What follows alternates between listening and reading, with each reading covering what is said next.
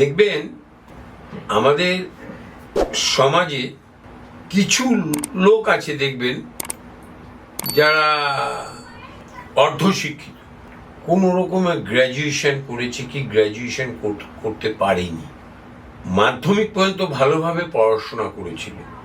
তারা অলওয়েজ বড় বড় শ্রদ্ধেয় শিক্ষিত মার্জিত পণ্ডিত ব্যক্তিদের কথাবার্তার উপর ভুল ত্রুটি বিচার করে।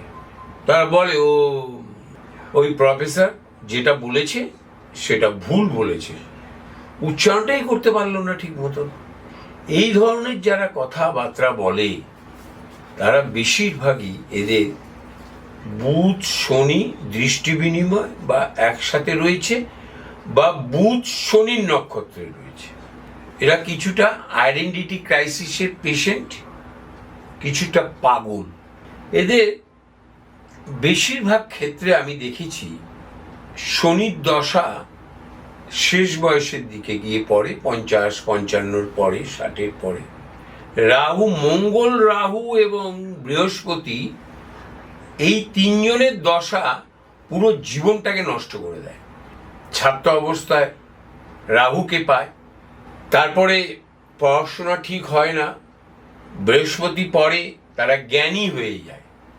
কেউ কবিতা লেখা শুরু করে, কেউ প্রবন্ধ লেখা শুরু করে, কেউ কেউ প্রবন্ধ লিখে, প্রেমপত্র লিখে, বিয়ে করে, প্রেম করে, বিয়ে করে শুধরে যায়, কিছুটা কাজকর্ম করে, রেসপন্সিবিলিটি পালন করে।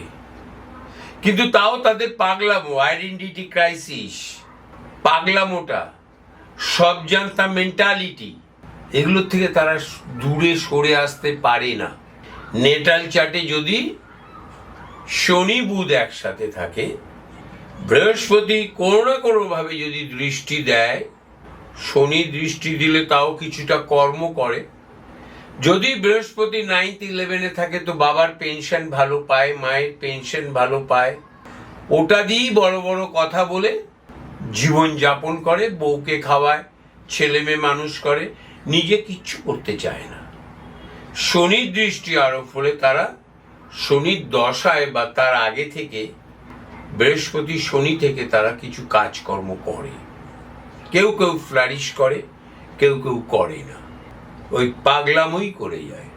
এদের মধ্যে অনেকেই আছে, আমি দেখেছি এই হরোস্কোপের অনেকেই আছে জ্যোতিষ করে, কারণ এই ছাতির তলায়, জ্যোতিষ নামক ছাতির তলায় সবাই ঢুকে পড়তে পারে, এর জন্য কোনো জয়েন্ট এন্ট্রেন্স লাগে না। সবাই ভালো থাকবেন, নমস্কার।